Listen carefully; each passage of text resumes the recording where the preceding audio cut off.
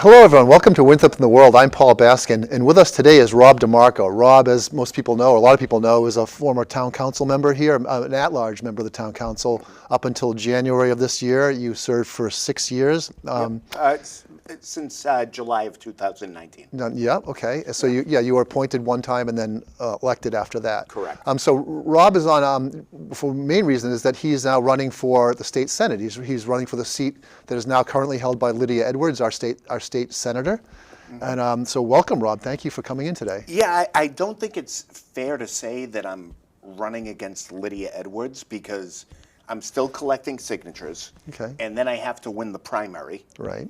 And then I would run against Lydia. So it's kind of a three-tiered process. Sure, understood. And Yeah. the number of signatures is about 300, is that 300. right? That should be obtainable, you think? Yeah. Yeah, okay. So that's looking forward. And we should say too, Rob is running in the Republican primary, whereas Lydia is a Democrat. Correct. So So we're not going head-to-head in the primary. Right. It would only be if I won the Republican primary. Right. And I don't think she's opposed in the Democratic primary. She's not, and as far as we know, Yeah. you're not opposed in the Republican primary either. Correct. Yeah, okay. So seems like that's going to happen then, at least based on what we can tell. It might happen, but Yeah. but you know what? I'm just looking forward to winning the primary. Yeah, okay, fine. So thank you. And so maybe just start, so you didn't run for re-election to the town council in November, in the elections in November. Maybe could you say what your thinking was on there and how that came about? Yeah. So Kurt Millar called me. I was thinking about. We should say Kurt Millar is the one who won that race, and he's now our town council. Yes. Yeah. So I was thinking about running again, but at the same time, I do believe in term limits. Right. And Kurt had run a lot of races, and to be honest, had lost a lot of races. Okay. And he kept going and kept putting his foot in the door, and I just felt like it was Kurt's time. Yeah, okay. You know what I mean? So I'm like, you know what, Kurt? I support you 100%, and I backed out. Okay. Maybe could you just tell us then even just how you got into politics? Was your town council membership, was that your first time in elective politics? And how did you get into it? How did you get into it? It was. And so, you know what's funny is the best race I had was when I lost in 2017 to Michael Lacerdo. Okay. Okay. Me and Michael became good friends. Okay.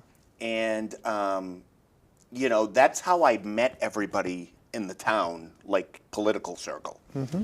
And when Mike Lacerdo resigned, he actually said, I think Rob DeMarco should get this seat. Right. And he resigned because he was moving out of town, and the town council appointed you to fill the remainder of his term. Correct. That's why you served 6 years instead of 4, because you had those 2 years plus the 2 years of elected. Yeah.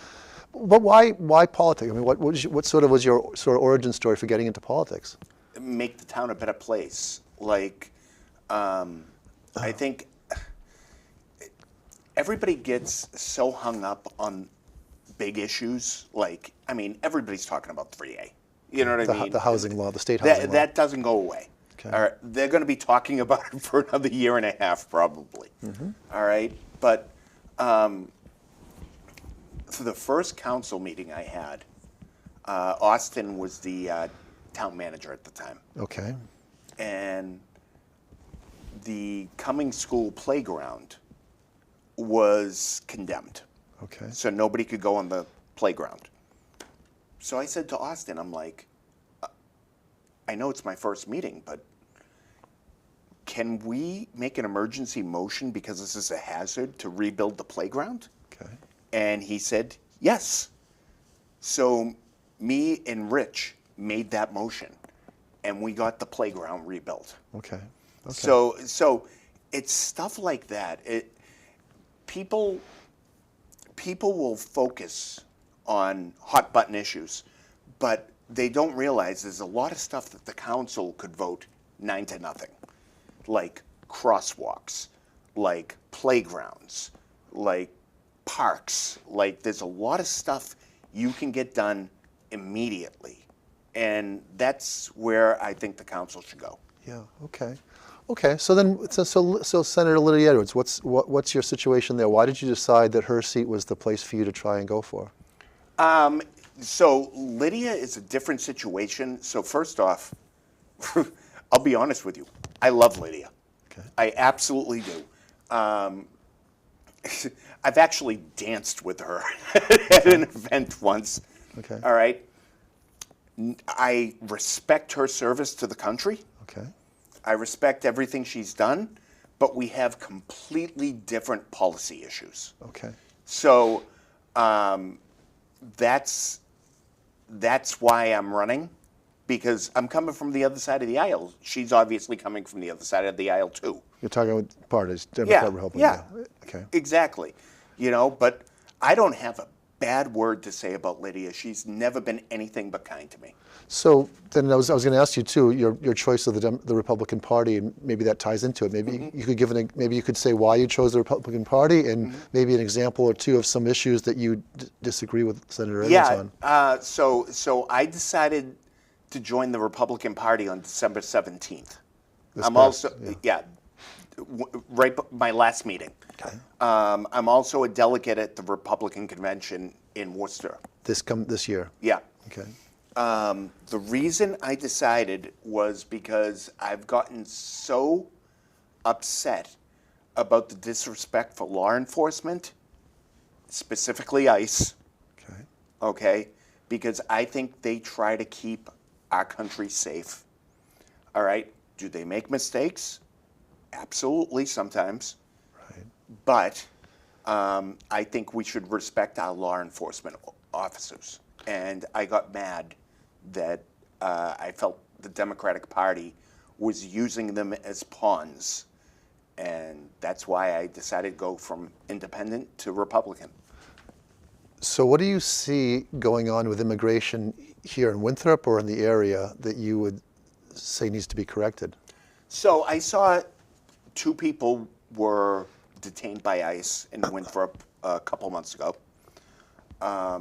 I don't know their particular stories, but I believe they were released. I just think that here's my philosophy on immigration.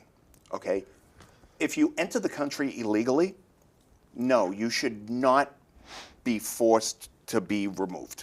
Okay. Okay, if you enter this country illegally and then you can commit a violent crime, Right. then you should be gone. And the data that we've seen suggests, I think overwhelmingly, that the people who are being picked up in this sort of current round of ICE enforcement, they're in that other category. They're in the category of not having committed a crime other than coming in the country illegally. Is that your understanding of the situation? That I don't have the data, but I will tell you, if somebody came into the country illegally and they haven't committed another crime, Right. then I have no problem with them being here if they're being supportive to the community. Like, I have a problem with people who come here illegally and then commit a violent crime. Right. That's my stance. But you're not aware of the data that shows that that's overwhelming who are being picked up by the ICE under this current enforcement, which is people who have not committed an I issue? haven't seen the data, and I don't know where you're getting the data from. ICE, the federal government has given that data, that shows Okay. that data. Yeah. Okay. All right. And so as far as what would you see? How do you see the well, for instance, the Winthrop Police Department's handling the situation? It sounds like their approach to it is to sort of be hands off in the sense. I hate to speak for them, but I think this is what they've said: is hands off in terms of when federal immigration officials are in town, to be aware of it, but not in any way participate in it, other than maybe answer questions and that kind of thing. That's, I think, what I've heard. I mean, I'm wondering what you've heard. I am not going to criticize the Winthrop Police Department at all. I mean, they do a great job. They work with what they're told. Yeah. You know, I know Steve Rogers really well. The deputy chief. Yeah, I mean, do you remember when we had that truck run down the side street? Yep. All right.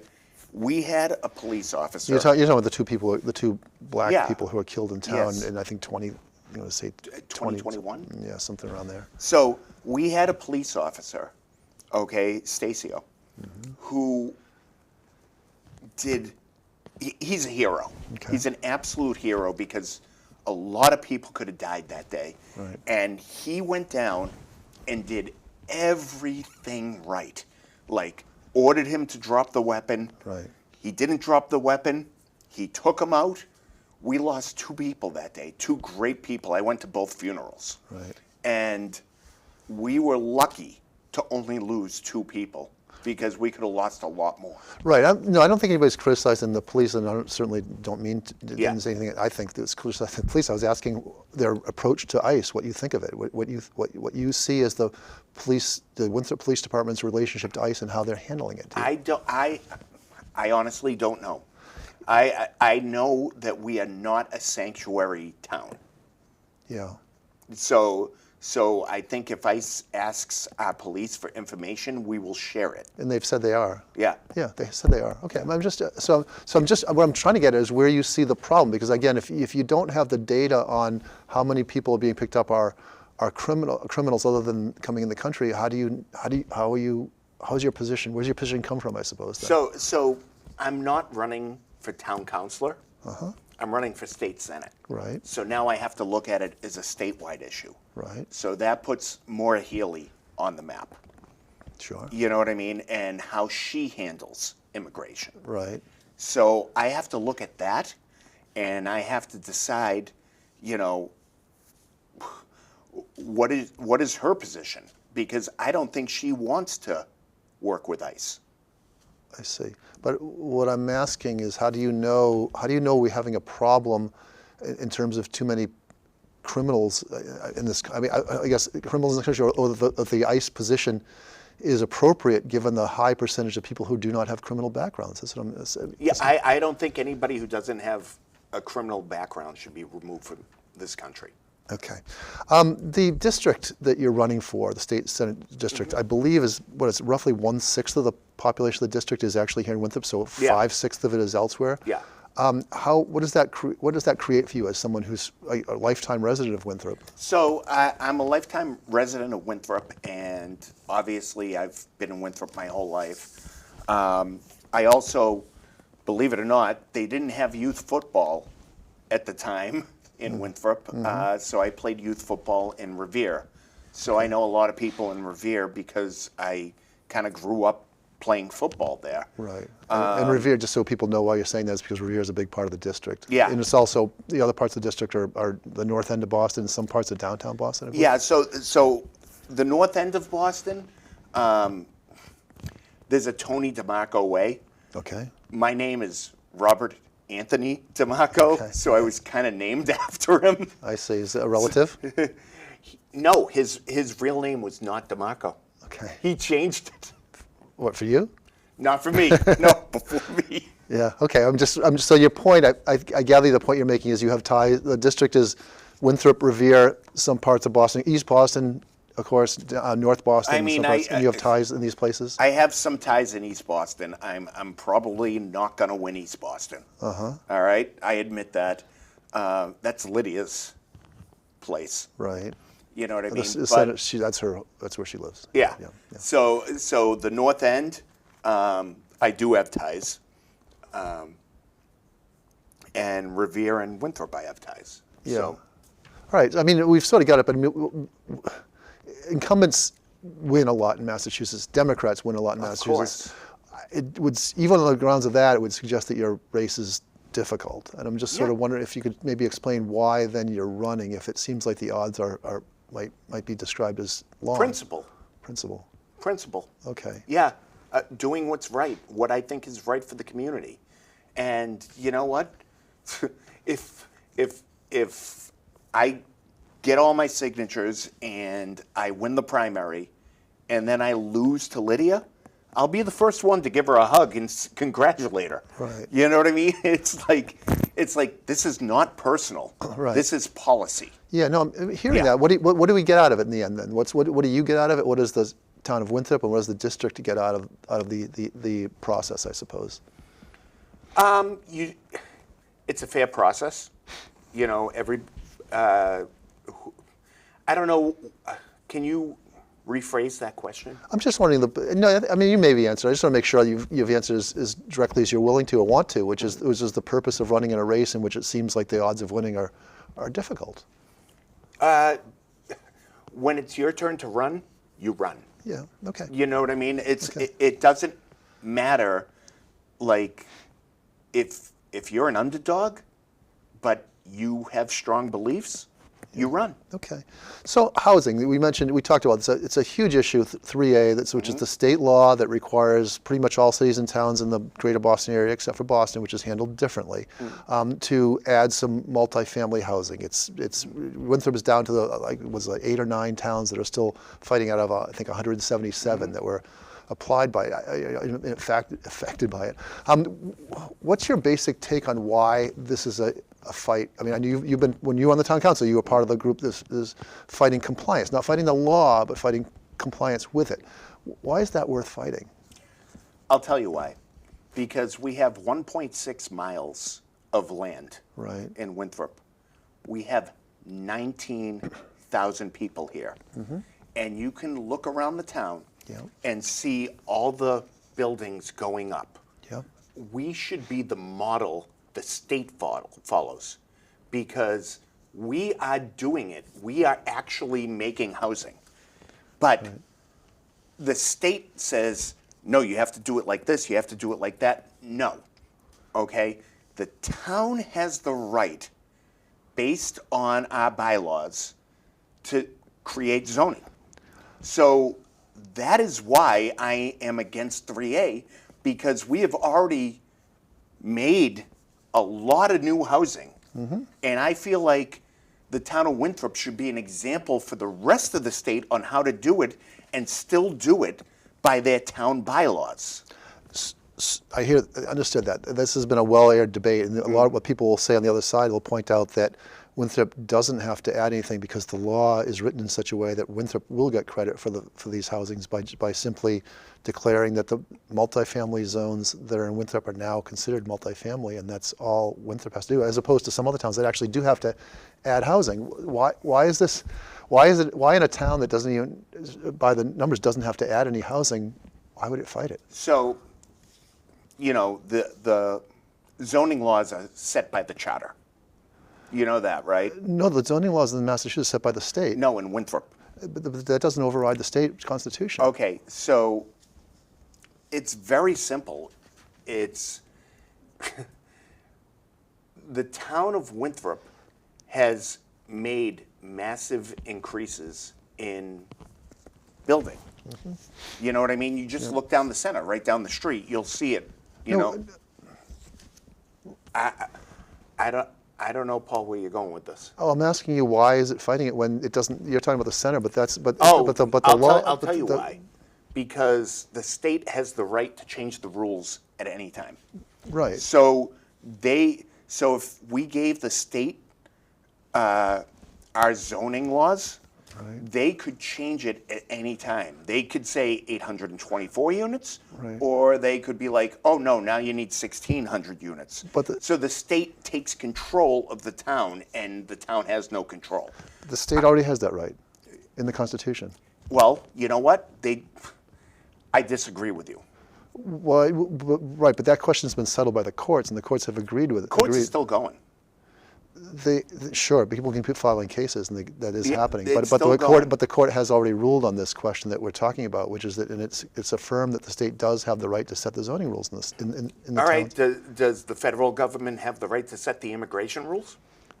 I believe it does. Yes. Okay. So then, why does the state in certain towns that are sanctuary cities decide not to enforce immigration law? Well, so this is a longer discussion. It would have to do with the law, but there are some rights that towns do have within the larger immigration picture, and setting those boundaries are court questions for sure.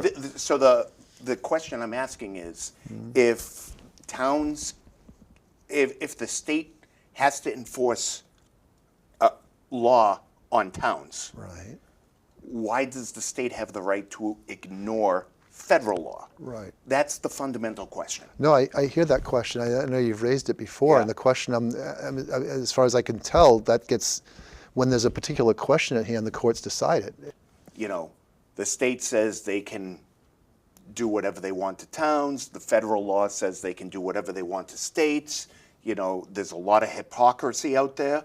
So when I was on the council, I just did what I thought was best for Winthrop. And I'm still fighting for Winthrop because Winthrop's my top priority. Right, no, you hear that. People on the other side will say they're fighting for what's best for Winthrop too, which is to comply with the law, not be penalized by a law that's very clear and that the courts have already upheld repeatedly. And in that situation, the way to, if you don't like the housing situation in Winthrop, is not to defy the state law, which has been upheld by the courts, but to try and get it changed at the state level. I think Winthrop is probably, I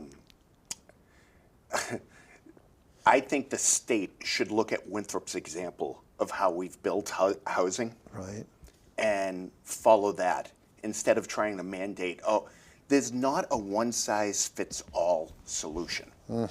So when it comes to 3A, it's like, all right, this works for Chelsea, and this works for Winthrop, and this works for Revere, and this works for this town, and that town.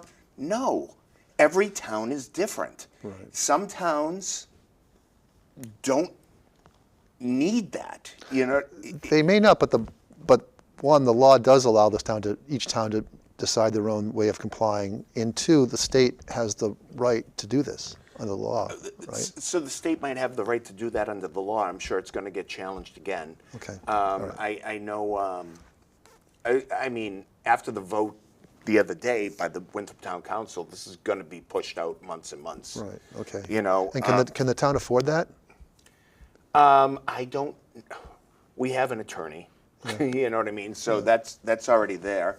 I don't know what the budget is for lawsuits Okay. Okay. off the top of my head because I'm not on the council anymore. Okay, right, fine. Yeah.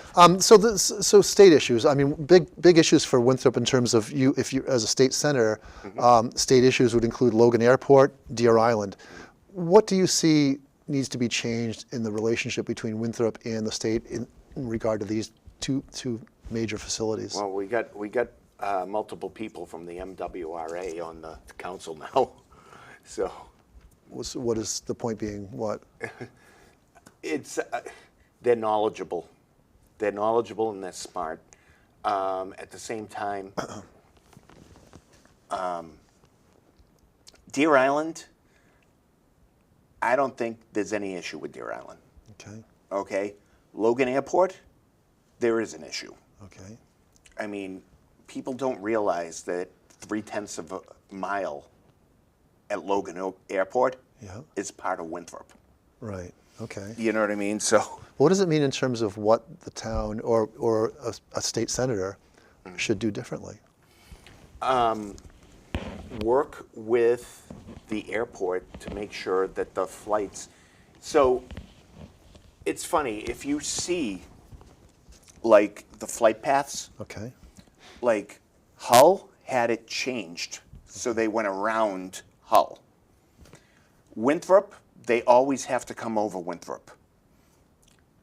When it comes to cancer, you'll see that there is a line over Court Road where cancer rates are higher than the rest of the town.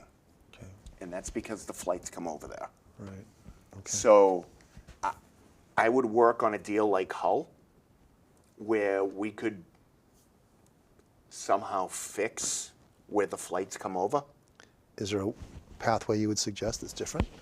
No, I'm not knowledgeable in that. I would just say, you know, if you have a line, and my father beat cancer, okay, and we lived there, but my suggestion would be if, you know, there's a safer route to do it, but I'm not knowledgeable enough to suggest that route. Okay, thank you, Rob. What about rising sea levels in Winthrop? It's obviously a major concern. Yeah. There's a state role there would be potentially to help the town deal with it in terms of, well, maybe rising barriers, but also potentially buying out homes. So What do you see?